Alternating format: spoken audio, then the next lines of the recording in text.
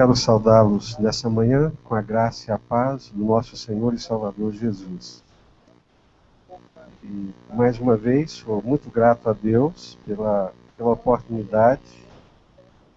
Deus é minha testemunha, sem nenhuma falsa modéstia. Me sinto profundamente honrado e cheio de temor também no coração de me dirigir aqui a homens de Deus, mulheres de Deus, a esse povo de Deus. Então, mais uma vez, como sempre digo, é com esse misto de alegria, mas também de temor, no que é fácil falar para pastores, né? Eu gostaria de ler primeiro a palavra de Deus, para a gente começar a nossa reflexão nessa manhã.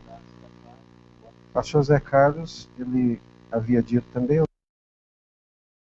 isso vai acontecer, e também nem sei como que isso poderia ser feito, e de repente a gente ter aqui um bate-bola, trocar uma ideia. Vamos ver como que caminha, né? Vamos abrir as nossas Bíblias no livro de Juízes, capítulo 17. Livro de Juízes, capítulo 17.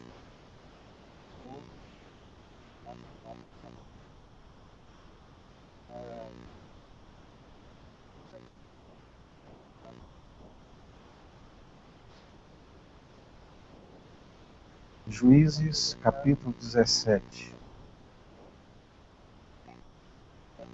Havia um homem da região montanhosa de Efraim, cujo nome era Mica, o qual disse à sua mãe: Os 1.100 ciclos de prata que te foram tirados, por cuja causa deitavas maldições, e de que também me falaste, eis que esse dinheiro está comigo, eu o tomei.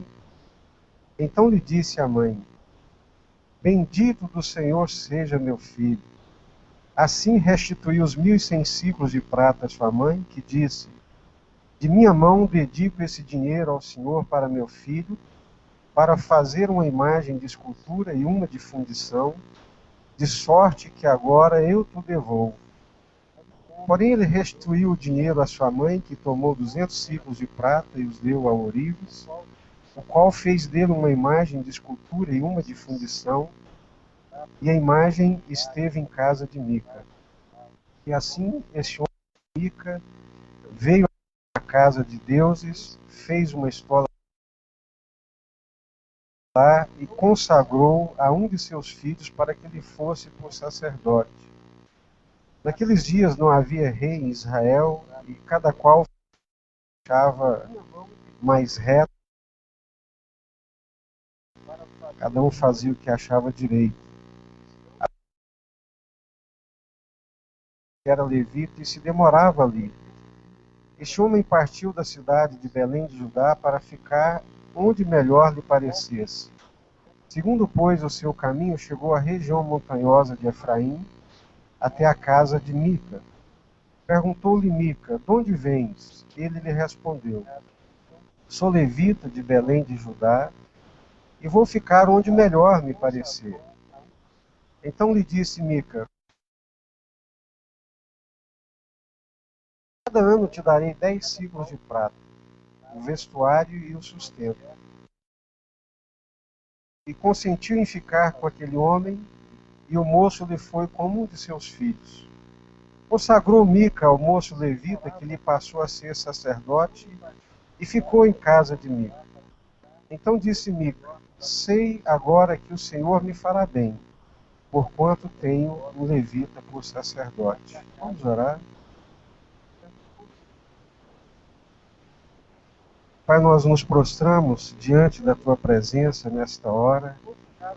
Rendemos graças ao Senhor e bendizemos o Teu santíssimo nome, porque só o Senhor é Deus e não há outro além de Ti. Só o Senhor é digno de toda honra, de toda glória e de todo louvor.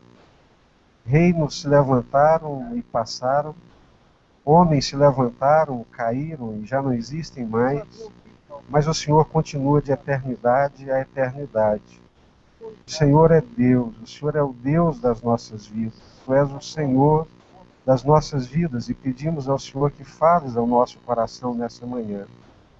Nós estamos aqui reunidos em nome do Senhor Jesus. Cada um de nós somos uma pedra viva e formamos aqui um santuário onde a habitação e a presença do Senhor é real e verdadeira. O teu Espírito acha lugar nas nossas vidas e nos nossos corações. É o que te pedimos e clamamos nessa manhã, em nome do Senhor Jesus, Pai. Amém. Sem querer ser exagerado, mas eu acho que poucos textos da Bíblia seriam capazes de traduzir a realidade que nós vivemos hoje. Esse texto aqui de Juízes, e o próprio livro de Juízes, é como se fosse uma leitura que nós estivéssemos fazendo do nosso mundo atual, da nossa realidade. Um mundo extremamente religioso. Eu acho que se eu tivesse combinado com o pastor Edmilson, que me antecedeu aqui no devocional, eu acho que não sairia tão bem. Um mundo extremamente religioso, um mundo que fala muito em Deus, mas um mundo que mistura Deus, dinheiro, ídolo, maldição, bênção, ou seja, um mundo muito misturado, sem referenciais, sem absolutos, e a gente chega à conclusão mais ou menos que é reiteradas vezes concluído no livro de Juízes. Cada um faz o que acha certo, cada um faz o que acha direito. Ou seja, cada um busca o caminho que vai lhe parecer melhor e onde ele acha que ele vai se dar. Eu acho extremamente de unidade, identidade e missão. Mas já falamos muito sobre unidade e em outros momentos ao longo da nossa história já falamos muito sobre unidade. Mas eu acho que o grande desafio hoje é falar exatamente sobre identidade. Falar sobre identidade no mundo que aboliu tudo quanto é possibilidade de construção de identidade. Ou seja, esse mundo que nós vivemos, a semelhança desse mundo de Mica, da sua mãe, desse homem, desse jovem, desse moço, e a história começa aqui pelo dinheiro. Ele rouba o dinheiro da mãe, a mãe o amaldiçoa por causa do dinheiro, ele, eu acho que sentindo pressionado e temeroso da maldição da mãe, né, da praga da mãe, ele devolve o dinheiro para a mãe, que agora já tira a maldição, não amaldiçoa mais, abençoa. Ô meu filho, você é bendito do Senhor, né? Bendito do Senhor seja meu filho. Ou seja, essa relação de troca entremeada pelo dinheiro, onde a bênção e a maldição passa por essa relação de troca e por essa participação central que tem o dinheiro em todas as dimensões da vida e principalmente na dimensão da vida religiosa. Como eu disse, é como se eu descortinasse através desse texto a leitura do mundo atual. Olha só a confusão. Ele restituiu os 1.100 ciclos de prata à sua mãe, e a mãe disse: de minha mão dedico esse dinheiro ao Senhor para o meu filho, para ele fazer uma imagem de escultura e uma de fundição. Extremamente religiosos, porém extremamente confusos. Sem identidade, completamente misturados. Falam de Deus, falam do Senhor. O Senhor que ela está falando aqui é o Senhor Deus, é o Deus de Israel. Mas ela diz que vai dar aquele dinheiro, aquela prata, para que ele faça uma imagem de fundição que é extremamente contraditório a tudo que se conhece de Deus, da palavra de Deus e da direção de Deus. E ele pega aquele dinheiro, faz um ídolo e é contratado com a sua estola sacerdotal, é consagrado aquele jovem levita, Ou seja, está presente aqui toda a linguagem religiosa, mas ela é uma linguagem religiosa confusa, misturada e que não tem nada a ver com Deus e com a orientação de Deus. Concluindo com o versículo 13, que diz assim: Então disse Mica: sei agora que o Senhor me fará bem, porquanto tenho um levita por sacerdote. Ou seja, a relação é baseada no dinheiro, e a relação com Deus, como nós ouvimos aqui nessa manhã, a questão da relação com Deus, é uma relação que se baseia no Deus que me faz bem. Não é o Deus, Senhor, Criador dos céus e da terra, soberano, a quem eu tenho a graça e o privilégio de servir. Mas é o Deus que me serve. É o Deus que me faz bem. Agora eu sei que o Senhor me fará bem.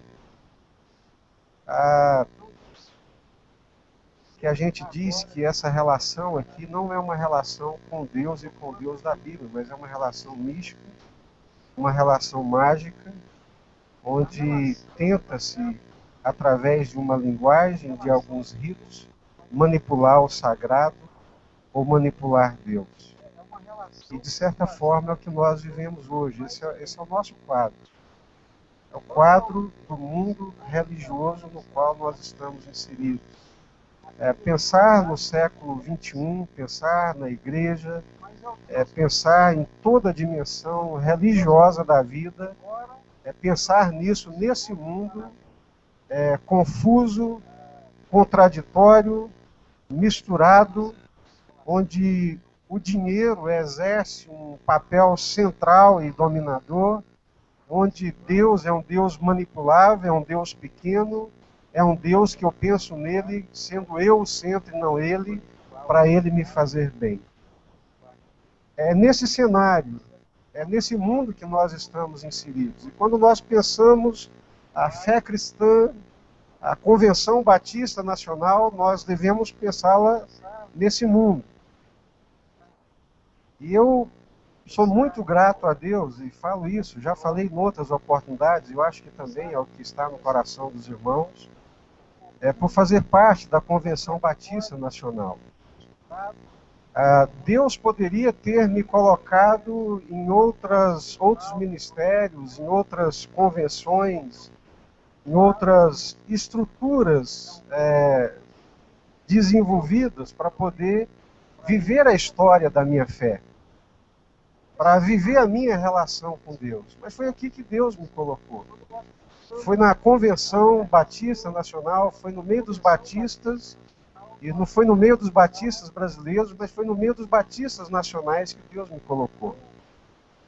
Eu acho que é importante a gente pensar nisso, nessa perspectiva. Deus me chamou para ser um servo dele, Deus me chamou na minha geração para servi-lo, e acima de toda e qualquer estrutura está esse chamado, está essa vocação de Deus, mas eu também não posso ser ignorante e infiel ao ponto de não entender, não compreender e não valorizar que foi aqui que Deus me colocou. É aqui que eu tenho e tive a oportunidade de desenvolver meus dons, meus talentos, meu ministério. É aqui que eu tenho pastores que telefonam para mim, que perguntam para mim como é que eu estou, se eu vou bem. Nós temos um pastor na nossa ordem de pastores que nós pouco nos lembramos dele. Ele já está muito sofrido por um AVC, mal se locomove, mas faz questão de estar presente em todas as reuniões da ordem. Eu não sei, eu falo aqui para minha vergonha, eu não sei o nome da esposa dele. Não sei o nome dos filhos dele. Mas toda reunião da ordem em que nós nos encontramos, ele faz questão de estar presente, quando ele pede alguém para passar na casa dele, para levá-lo, porque ele quer participar da reunião da ordem. Quando nós chegamos lá, ele pega na minha mão e diz: Pastor Jesus, você está bem? Estou bem, pastor Jurandir. E a irmã Márcia, a sua esposa, como é que está? Vai bem? E o seu filho, Samuel, como é que está o irmão Samuel? E eu vou ficando com vergonha. Vai bem, pastor? E a sua filha, a irmã Débora, está bem? Está bem. Eu estou orando por eles. Eu intercedo por eles. E não pense que isso acontece só comigo, não. Acontece com todos os pastores, não é verdade? Os pastores da ordem do Estado de Goiás. Então, é nesse meio que Deus me colocou. É no meio dos pastores batistas, é numa convenção batista nacional. E eu entendo e consigo fazer essa leitura que foi por essa conspiração divina, essa graça de Deus, que Deus me pôs nesse meio. Eu me lembro, eu era garoto de 16 anos de idade, mais ou menos, não conhecia o Senhor, completamente perdido, um rombo enorme na alma, um vazio, revoltado com a vida, com o mundo e com tudo. E num dia, na minha adolescência, num clamor de alma, num arrobo de alma, eu disse: Deus, se o Senhor tem um caminho verdadeiro, e se o Senhor me mostrar esse caminho, eu vou andar nele. E naquela semana, na república que eu morava, com mais 5 colegas, um deles trabalhava num hotel, aquele colega trouxe um Novo Testamento dos Gideões para a nossa república. E eu comecei a ler aquele Novo Testamento, e comecei a ler, e à medida que eu lia, Jesus deixava de ser aquele Jesus da história, aquele Jesus distante, aquele Jesus longínquo, e aquele Jesus parece que ficava cada dia mais vivo, mais real, e aquilo foi inquietando, queimando o meu coração, isso há 33 anos atrás, quando ser crente era vergonhoso, era vexatório, e eu que morava numa república com aqueles rapazes, eu disse: eu vou ser crente. Os crentes é que seguem o que está aqui nesse livro. E marchei para a porta de uma igreja. Não vou falar o nome aqui porque não vale a pena. A igreja grande, naquela época, ser crente era ser daquela igreja. E eu fui para a porta da igreja e disse comigo: eu vou ficar aqui na porta, os irmãos vão chegar, vão me cumprimentar e vão me convidar para entrar para a igreja. Eu vou entrar para a igreja, eu vou receber Jesus e eu vou ser crente. E fiquei ali 40 minutos, mais ou menos. Os irmãos passaram por mim, nem bom dia, nem boa noite, nem boa tarde, nem paz do Senhor, nem paz de Deus, nem paz de Cristo, nem graça e paz. Passaram como uma pessoa inexistente. Entraram, eu saí dali, voltei para a República, para as bebidas, para as farras com os meus colegas. E um dia depois de uma bebedeira muito grande, que eu apaguei, e cheguei em casa, minha mãe me deu uma catracada daquelas. Eu falei: mãe, só quer saber de uma coisa? Eu vou ser crente. Ela: menino, deixa de besteira, essa lei de crente, esse negócio é muito difícil. Depois você entra nisso, não cumpre direito, vai ficar muito pior. Essa lei de crente é difícil mesmo, né? Ser crente não é fácil. E voltei para a porta daquela igreja. Falei: hoje os irmãos me convidam. Hoje eles me convidam. Eu não sei se porque era muito feio na época, né? O cabelo Black Power, né? Não tinha casado com a dona Márcia ainda, que é cabeleireira e cuida do meu cabelo desde muito tempo. Cabelo grandão, Black Power, magro, oprimido. E mais uma vez os irmãos passaram por mim, nenhum deles me convidou. E um dia eu saio da República e vou para uma lanchonete em frente, e encontro um rapaz ali cercado de pessoas, e aquelas pessoas começam a rir, zombar dele, chamando ele de irmão. Eu fiquei de longe olhando, aí saíram, eu perguntei: por que eles estavam te chamando de irmão? É porque eu sou crente em Jesus Cristo. Você conhece a Bíblia? Conheço. Você pode me ensinar? Posso. Eu trabalho aqui em frente. Terminando o meu trabalho, eu passo lá na República, você vai comigo para casa, e nós vamos estudar a Bíblia. Eu olhei para ele, pensei, largado, revoltado, longe de casa, desconfiado. O povo diz que crente é mentiroso. E realmente é. Como é que o cara vai me levar para casa dele sem nunca ter me visto? E ele passou lá 5 horas, me levou para casa dele, me colocou junto com a mãe dele, com a irmã dele, com os irmãos dele, me tratou como se me conhecesse há 10, 15, 20 anos atrás. E dali nós já passamos para uma reunião de oração, e para outra, e para a casa de outro irmão, e a gente orava, e eu suava. O que eu estou fazendo no meio desse povo aqui? E aí Deus foi me conduzindo, me converti, fui para uma igreja pentecostal da periferia da cidade, e cheguei lá, eles me passaram um montão de regras, e eu abracei todas elas, porque eu queria Jesus de todo jeito, e achava que era aquilo mesmo. O pastor chegou para mim e disse: irmão, você quer se batizar? Eu falei: quero. Então é o seguinte, aqui não pode usar barba, não pode usar cabelo comprido, não pode jogar futebol, não pode assistir televisão, não pode usar cueca apertada, não pode usar calça apertada, né? Vocês riem, acham bom, né? Mas eu sei que tem muita gente que sabe dessas coisas. No final nós vamos entender, né, do porquê que eu estou dizendo isso. E eu falei: gente, é isso que eu quero. Eu quero ser santo, eu quero ser de Deus, eu quero ser de Jesus, né? E abracei aquele negócio assim de corpo e alma, fui batizado, desapertei as minhas calças, tinha 2 na época, fiquei crente, engordei, tive que desapertar as calças, mandei fazer outras e entrei naquele ritmo, naquele estilo. E aí, num determinado momento, já feliz da vida, eu ia lá em casa, virava as costas para a televisão, e minha mãe falava: esse menino está esquisito demais, o que é isso? Fugi dos meus amigos, não queria saber de ninguém, eu era santo. Era isso mesmo. E eu trabalhava na época com um colega, nós dois fizemos um curso juntos, e trabalhávamos juntos com gemologia, com gemas, com pedras semi-preciosas. Eu já tinha 1 ano e meio para 2 de convertido, aí nós resolvemos fazer um negócio, né? Fomos fazer um negócio. Eu saí de casa com 9 anos de idade, com 14 anos eu morava numa república com 5, 6 rapazes mais velhos do que eu. Tinha hippie, tinha malandro naquela república, tinha militar da Força Aérea, tinha tudo que se imaginasse.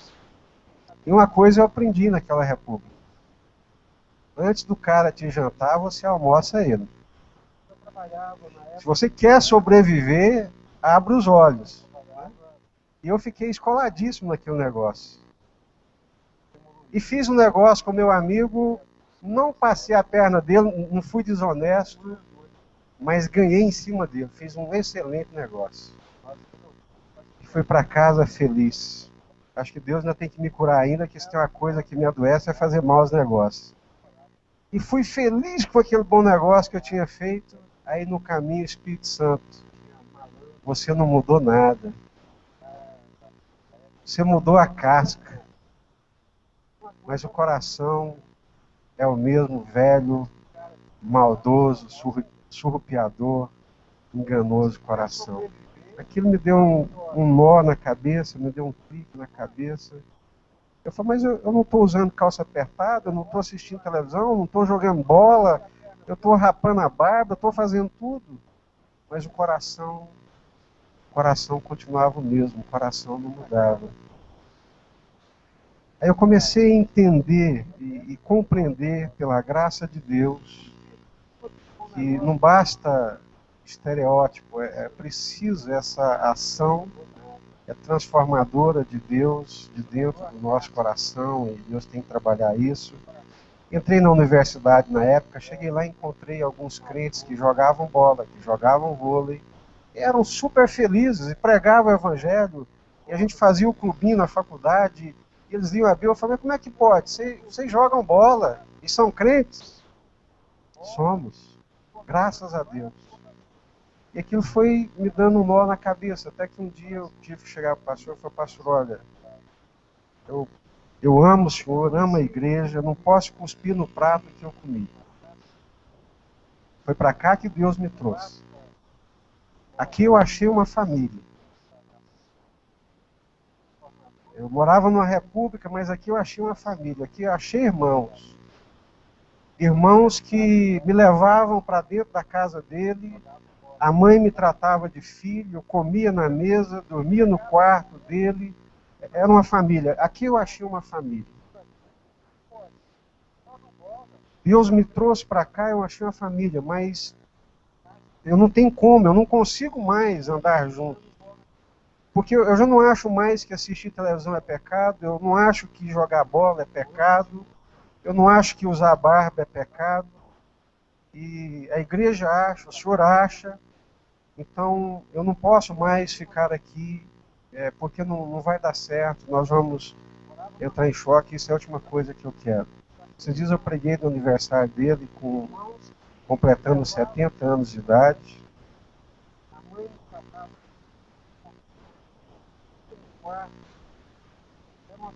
Nos encontramos, nos abraçamos, me tem como um filho, eu tenho como pai, é uma referência de homem honesto, de homem íntegro, era um autodidata, não passou por um seminário, mas aquele homem soube me ensinar o que é integridade, como criar uma família, como conduzir filhos, como cuidar da casa, como ser um servo de Deus. E por causa disso eu fui parar na Igreja Batista Central de Anápolis, da Convenção Batista Nacional, no ano de 1983. Em 1985, a igreja me mandou para o seminário, fui para o STEB na época, estudei um ano no STEB, depois, por causa da universidade, eu tive que estudar na Universidade Federal de manhã, e aí tive que fazer o Bíblico Mineiro à noite. Essa foi a minha formação em Belo Horizonte, na década de 80. Voltei para Anápolis em 88, já seminarista, formado, mas Deus, na sua infinita graça e misericórdia, não permitiu que eu entrasse no ministério.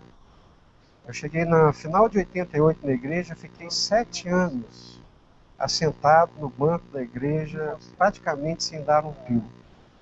Em 95, a igreja pediu a minha ordenação. Em 96, me convidou para ser o pastor da igreja, onde, pela graça e pela misericórdia de Deus, continuo até hoje. Eu estou dizendo isso para mostrar para os irmãos que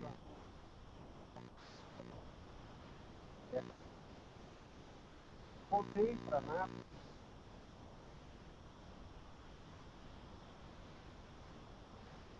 Eu não sou o que sou. E também não sei se seria o que sou se não fosse pela Igreja Batista Central de Anápolis, que é da Convenção Batista Nacional. A história da minha vida pessoal, de homem casado, de moço, de jovem, de pastor, de ministro do Evangelho, as pessoas me conhecem, me reconhecem, me respeitam, porque eu sou pastor batista da Igreja Batista Central de Anápolis, por causa desse ministério. Por minha vontade, eu teria me convertido naquela igreja para a qual eu fui logo no início, mas Deus não me deixou lá. Eu poderia ter ficado naquela igreja lá da periferia, junto com os meus irmãos que me amavam e que me amam, mas Deus não me deixou lá. Deus me trouxe para esse meio, para o meio batista nacional. E foi aí que eu recebi a minha formação, foi aí que eu passei pela ordem de pastores, fui examinado como todo pastor foi aí que eu fui ordenado, é aí que eu exerço o ministério, pastorei uma igreja, foi aqui e é aqui que os irmãos, né, me dão essa alegria, esse carinho, e essa alegria de ser pastor, de ser ministro, de fazer parte do ministério. Se nós não entendermos que a nossa história de fé, ela acontece historicamente e no tempo e no espaço dentro da Igreja Batista, da Convenção Batista Nacional, nós não vamos respeitá-la e não vamos amá-la. Às vezes eu percebo que parece que nós vivemos uma história de fé como se ela tivesse numa dimensão etérea, como se ela pudesse acontecer não no tempo e no espaço, mas como se ela acontecesse numa dimensão supranatural. E não é assim. Eu sou tão de Jesus quanto o assembleiano é.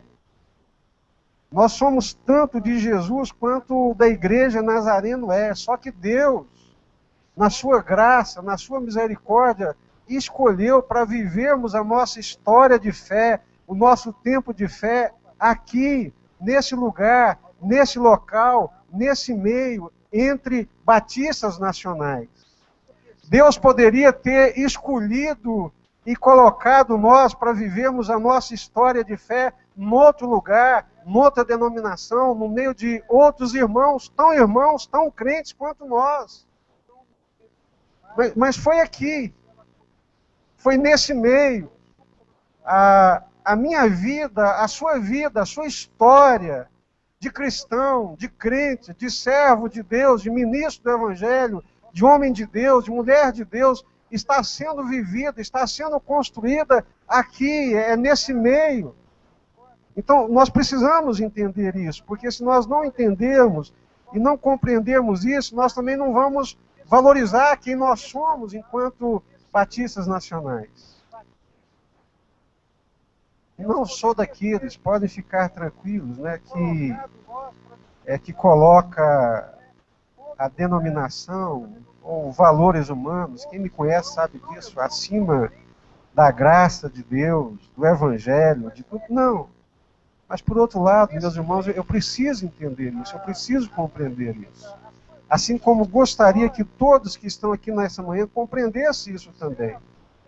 Nós fazemos parte de uma história, nós fazemos parte de um povo, a nossa história, a construção da nossa história de fé, a nossa vivência de fé, ela acontece no meio de um povo que se chama Batista Nacional.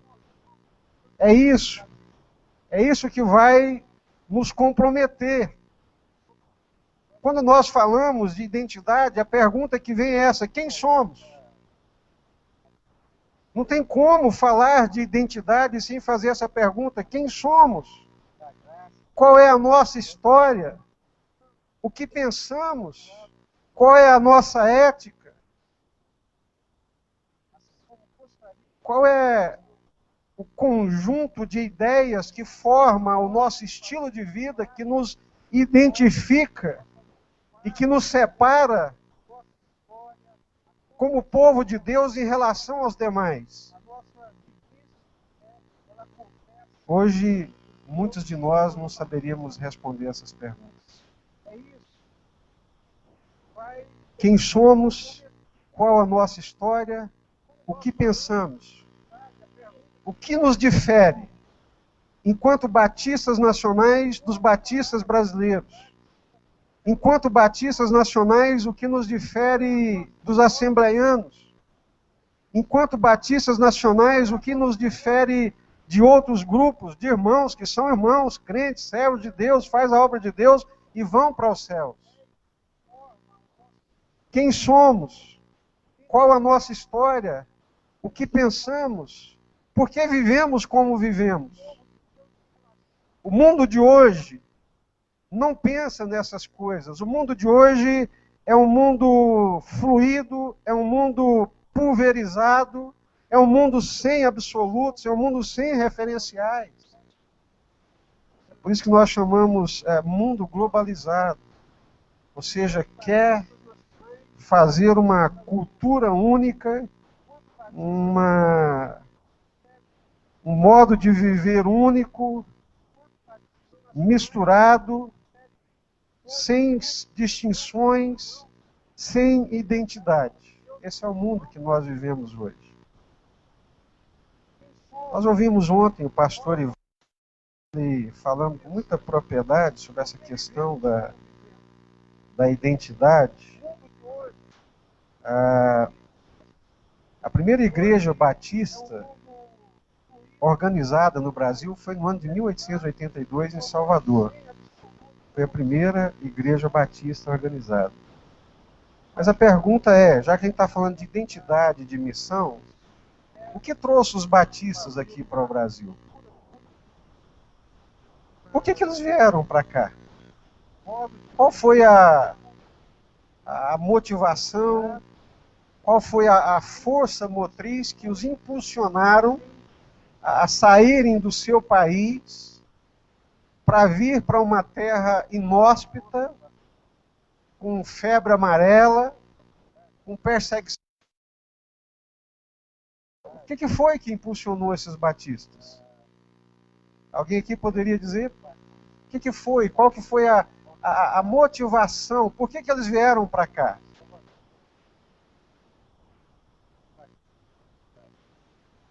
A pergunta é por isso que é bom, né? Eu gosto muito, não poderia ser diferente, eu gosto muito dos conceitos, né? Qual foi a motivação? Qual foi a força? Tanto a história, a sociologia, de um modo geral, descreve isso como os batistas que vieram para cá, eles eram landmarquistas, de landmarker. O que quer dizer landmarquistas? Eles acreditavam piamente, morriam por aquilo, que eles eram a sequência natural e genuína da igreja primitiva. É o que nós ouvimos aqui ontem. O pastor Ivan pregando aqui ontem, de certa forma, ele buscou lá na história e fez essa conexão. Os batistas que vieram para cá, eles vieram porque eles achavam que eles eram uma conexão direta, uma ligação direta com Atos dos Apóstolos. Os batistas, eles viviam, encarnavam e achavam piamente que eles eram a vivência, a continuidade da vivência de Atos dos Apóstolos. Então, foi isso. Essa leitura da Bíblia, essa interpretação da Bíblia, a força motivadora que os impulsionaram a vir para cá.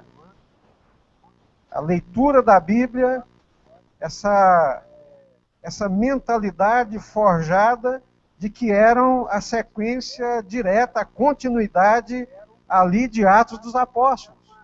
E por isso vieram.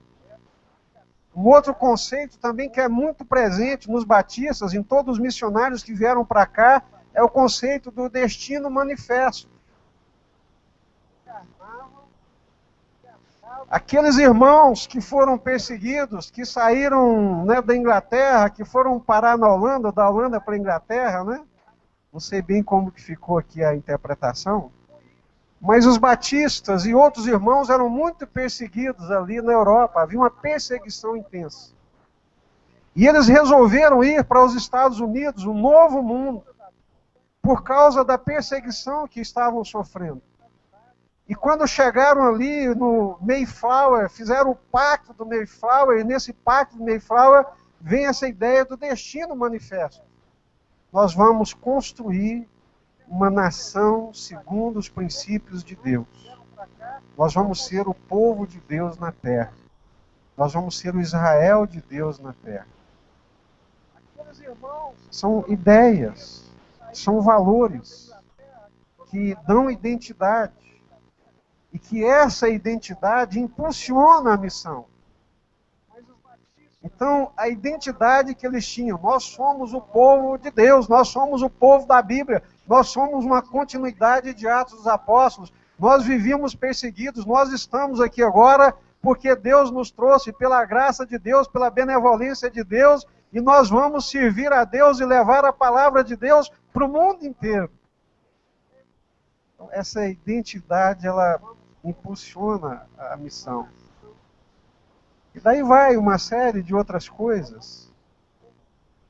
Essa ideia de pertencer, essa ideia de fazer parte da história de Deus, do povo de Deus, é ser uma continuidade do povo de Deus. Então isso impulsiona.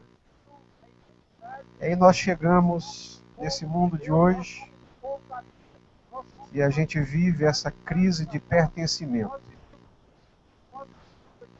A crise de pertencimento faz parte da identidade, é um termo também, é um conceito que nós usamos, é a pertença. Eu sou, é o que eu disse para vocês, eu não seria o que eu sou independentemente de pertencer. Eu sou parte. Eu me sinto parte. É o pertencimento. Eu pertenço. Faz parte da minha vida, faz parte da minha história. A Igreja Batista Nacional, a Convenção Batista Nacional. Eu pertenço a esse povo, eu pertenço a esse grupo, foi aí que Deus me colocou. Então, identidade passa por essa coisa do pertencimento. Eu pertenço, eu faço parte, eu sou parte, eu coopero, eu ajudo, eu quero ver o crescimento. Eu me sinto bem, eu me sinto abençoado. Eu poderia estar em outros cantos, poderia estar em outros lugares, mas é a minha pertença, é o meu lugar, é o meu ambiente. É aí que Deus me colocou para poder crescer. Então, se nós perdermos isso, nós perdemos a nossa identidade. Eu não consigo também, já foi colocado isso aqui muitas vezes, pensar em unidade sem definições claras dessa identidade. Né? Para os irmãos terem uma ideia, nós recebemos agora, semana passada, aqui no Brasil, o Papa. Né? E era impossível não notar, porque todos os meios de comunicação suprimiram até a corrida de Fórmula 1 para poder mostrar o Papa. Agora, prestem atenção. No final do século passado, os teólogos, os estudiosos diziam: a igreja do terceiro milênio vai ser uma igreja de pobres. Ela vai ser uma igreja do hemisfério sul e uma igreja de pobres. Isso já haviam falado, já haviam estudado e já haviam chegado a essa conclusão. Aí a Igreja Católica escolhe um Papa de onde? Do hemisfério sul, de entre os pobres. E qual é o nome que ele se dá? Francisco. Por que será? E quantos, exatamente, essa conexão com os pobres. E quando fizeram uma entrevista com ele, eu estou vendo lá a entrevista no Fantástico, e perguntaram para ele por que a Igreja Católica perdeu esse grande número de adeptos na América Latina. Qual foi a resposta? Os irmãos viram? Por uma crise de pertencimento, por falta de aproximação, por um distanciamento da igreja em relação às pessoas. A igreja que eu quero é a igreja próxima das pessoas, que se aproxime das pessoas. Sabe o que faz? Hoje nós também, nesse mundo religioso parecido com o mundo de juízes, o termo que é mais usado para quem estuda esse mundo religioso não é mais o sincretismo, o termo é bricolagem. Os irmãos sabem o que é bricolagem? Sabem? Já foram lá no Leroy Merlin? Leroy Merlin? Qual que é a proposta deles? Você compra as peças e você monta. Então hoje, o que se vive no mundo religioso é uma bricolagem. As pessoas vão pegando uma parte daqui e acoplando daqui, pega outra parte de lá e acopla e vai montando a religião ao seu gosto. O que o Mica fez? Ele não abriu mão da ideia de Deus, mas fez um ídolo, contratou um sacerdote, ou seja, foi montando, foi adequando peças da cultura do momento para poder construir uma religião que fosse o mais próxima possível da cultura e que conseguisse o maior número de adeptos possível. É o que nós assistimos. Nessa falta de identidade, uma bricolagem. Tanto é que você hoje não sabe se uma igreja ela realmente é evangélica, se ela é católica, se é espírita. As festas que se celebram, não sabe se é mais festa de São João, se é festa sem João, se é, ou seja, uma bricolagem, ou seja, está tudo muito assim misturado, porque inteligências, pessoas extremamente inteligentes que conseguem fazer uma leitura perfeita desse tempo presente, elas conseguem ajuntar peças ao gosto do freguês, né? É a bricolagem. Então, nessa formação da identidade, pertença, a bricolagem, a crise de pertencimento, é o que nós vivemos hoje. Ainda o Papa. Por que o senhor acha essa questão da quantidade de adeptos, né, que estão desaparecendo? Ele falou, eu não conheço a situação do Brasil, mas eu posso falar da Argentina. Um pároco foi lá para o extremo da Argentina, região da periferia, chegou lá numa região que tinha 20 anos que não aparecia um padre lá. Quando ele visitou uma fiel da Igreja Católica, ele contando, aquela senhora disse para ele com raiva, olha, eu vou na igreja evangélica, eu estou ouvindo o pastor, porque tem 20 anos que não vem um padre aqui. Aí o padre ficou sem graça e tal. Aí quando o padre ia saindo murchinho, a senhora chamou o padre e falou, vem cá. Abriu o armário, mostrou para ele uma imagem de Nossa Senhora. Eu vou na igreja evangélica,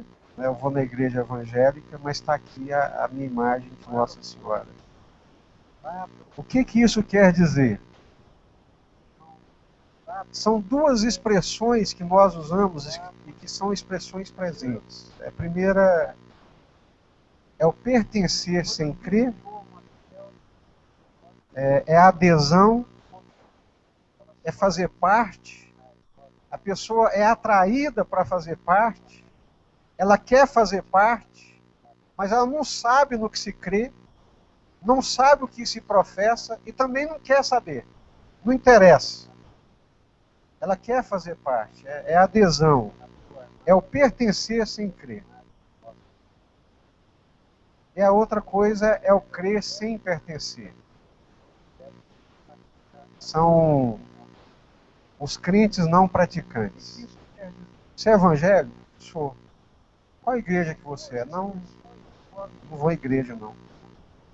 Não quero saber mais de igreja. Mas você crê? Creio.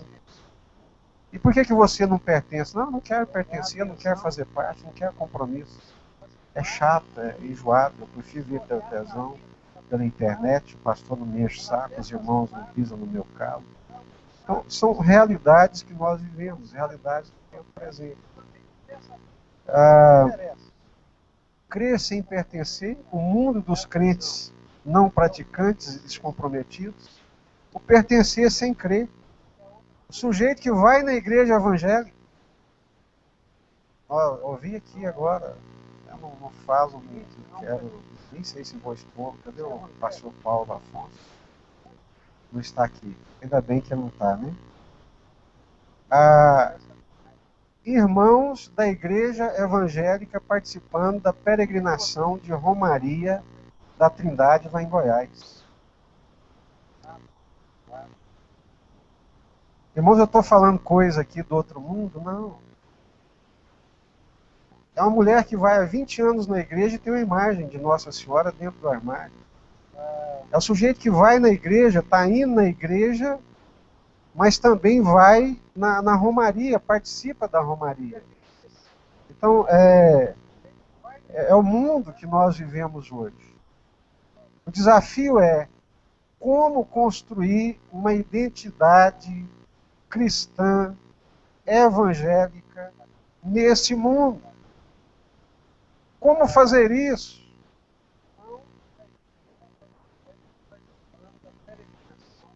Como lidar com essa coisa do crer sem pertencer? Como lidar com essa situação do pertencer sem crer? Onde tudo flui, onde tudo, como diz o pensador lá, o Bauman, né? Tudo é líquido. Tudo é líquido, tudo flui. Não há estacas, não há alicerces firmes. Então, esse é o grande desafio que nós vivemos. Os batistas que vieram para cá, eles vieram na missão porque eles tinham uma identidade definida. Podem ser criticados como são, de radicais, de fundamentalistas, mas eles tinham uma identidade, eles sabiam quem eles eram. Eles sabiam quem eram e sabiam por que estavam vindo para cá, sabiam o que é que eles estavam carregando. Porque se a gente não tiver identidade, nós também não vamos para lugar nenhum, não vamos fazer missão nenhuma. Eu poderia falar um pouco também, mas o nosso tempo já está bastante avançado, sobre a nossa Convenção Batista Nacional. Que surge a Convenção Batista Nacional? Rapidamente, depois nós podemos conversar mais sobre isso. Num primeiro momento, quem começa a falar sobre avivamento, aqui no meio dos batistas é a missionária Dona Rosalie. Pelas leituras, muitas leituras que eu fiz, a própria biografia dela, ela é a pioneira que começa a falar sobre avivamento. Enquanto é ela, missionária, que está falando do avivamento, há uma aceitação muito grande no seio das igrejas batistas. A pergunta também é, por que ela falava de avivamento? Ela falava de avivamento na experiência histórica dos Estados Unidos com o grande avivamento, a experiência histórica da Inglaterra com o avivamento wesleyano. É desse avivamento que ela está falando. É um avivamento que impactou aquele tempo, aquela cultura, aquela geração, transformou e levou a inúmeras conversões. E aqui no Brasil, quando ela chega aqui, os evangélicos representavam algo em torno de 5% da população. Não fazia nem cócega, era insignificante. Eu penso então, é um pensamento meu, é parte da dissertação que eu fiz, que ela começa a ver no avivamento a possibilidade de transformar a realidade da igreja evangélica brasileira. É só através do avivamento, é só através de uma ação sobrenatural de Deus para romper essa cultura distante de Deus, essa cultura católica ibérica. É só um avivamento. Então começa a pregar o avivamento, a falar sobre o avivamento. E ela alcança, através das suas mensagens, duas pessoas chaves importantes dentro do meio batista. Primeiro, o pastor José Rego do Nascimento. O pastor José Rego do Nascimento é a primeira pessoa que adere à ideia do avivamento, e através de uma rádio em Belo Horizonte, ele começa a falar sobre o avivamento, e começa a divulgar o avivamento, e falando sobre o avivamento, e pregando em igrejas, correndo de um lado para o outro com essa mensagem do avivamento. Aí depois é alcançado o pastor Enéas Tonini, e também começa a divulgar a mensagem do avivamento. É bíblico. O avivamento poderia ser realmente a resposta de Deus para mudar a face, para alcançar o Brasil. Mas por que eles foram rejeitados pela Convenção Batista Brasileira naquela altura? Por que nós somos hoje batistas nacionais e por que foram rejeitados? É porque naquele momento está acontecendo no Brasil, com muito ímpeto e com muita força, o movimento pentecostal. Então, o pentecostalismo, ele, nessa época, já a gente chama na sua segunda onda, ele vem alcançando as massas, alcançando pessoas. E aí, com Ernesto Nini Rego do Nascimento, parece que a ideia do avivamento ela começa a se aproximar do movimento pentecostal. E o jeito de ser batista, na sua racionalidade, é o que a gente chama no seu ethos batista, batista não aceita o movimento pentecostal. Quando foram associados José Rego do Nascimento e Ernesto Nini com o movimento pentecostal, eles foram então rejeitados pela Convenção Batista Brasileira. Porque o movimento pentecostal ele é contraditório com o ethos batista. Batista é racional, batista é de classe média, e o movimento pentecostal é das massas. O movimento pentecostal é emocional, ele envolve a parte racional, mas a parte emocional também. Então, quando dá esse confronto, dá esse choque, acontece a ruptura. E nessa ruptura, aí surge então a aliança missionária, porque gato escaldado com água fria não pode ver água quente, eles tinham medo de formar uma convenção. Mas a coisa vira uma confusão tão grande que é preciso formar a convenção. Então é formada a Convenção Batista Nacional, muito jovem, muito nova, e que está trabalhando, eu acredito, ainda a construção dessa identidade. Porque quando ela é formada, o pastor Ernesto Nini dizia, nós somos batistas. Nós não abrimos mão de ser batistas. Eu sou batista, queremos ser batistas. E os batistas diziam, não, vocês são pentecostais. E os pentecostais diziam, vocês não são nada, vocês não são pentecostais. O que nós somos? Somos pentecostais, somos batistas. E questão de identidade, a primeira coisa é responder quem nós somos. O batista ele tinha uma clara evidência de quem ele era. O pentecostal mais ainda. Somos pentecostais. Não, nós somos batistas. Não, vocês são pentecostais. Não, pentecostais vocês não são. É a crise que vive os decassegues. A Márcia, minha esposa, é Nisei. Filha de japonês, primeira geração. Aqui no Brasil eles são japoneses pela cara. Chega lá no Japão, abre a boca, os japoneses falam, vocês não são japoneses. Aqui no Brasil, eles são rejeitados como brasileiros e são chamados de japoneses. Ah, então somos japoneses, então vamos para o Japão. Chega lá no Japão, vocês não são japoneses, vocês são brasileiros. Quem nós somos? Quem nós somos, meus irmãos? Quem nós somos? Por isso, é de fundamental importância. Achei muito poucos escritos. Li todos os livros do pastor João Leão, a biografia da dona Rosali, praticamente todos os folhetos que a dona Rosali escreveu, eu li. Livros do pastor Rosivaldo, testemunho do pastor Darcy, mas ainda falta muito. Eu queria aqui fazer um desafio, né?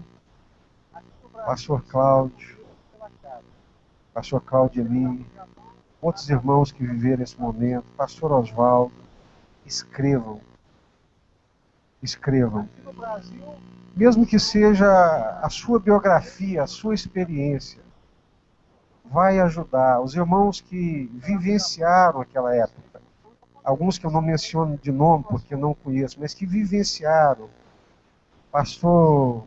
outros pastores, pastor Samuel e outros, li os livros do pastor Ernesto Nini, todos os livros do pastor Ernesto Nini, mas eu estou fazendo o quê? Eu estou comendo uma coisa requentada. Né?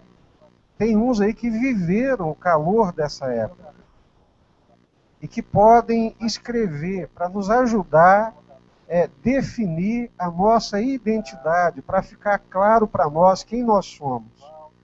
Nós somos povo de Deus, não temos dúvida quanto a isso. Somos povo de Deus, somos homens de Deus, mulheres de Deus, na missão de Deus, no projeto de Deus, mas como essa identidade não está muito definida, não está muito clara, aí um puxa para lá, outro puxa para lá, e o que acaba definindo a nossa identidade não são aspectos doutrinários, como nós ouvimos aqui o pastor Ivan. O que acaba definindo a nossa identidade são, às vezes, métodos e metodologias que são utilizados. E método e metodologia não define, não dá identidade. Amém, meus irmãos?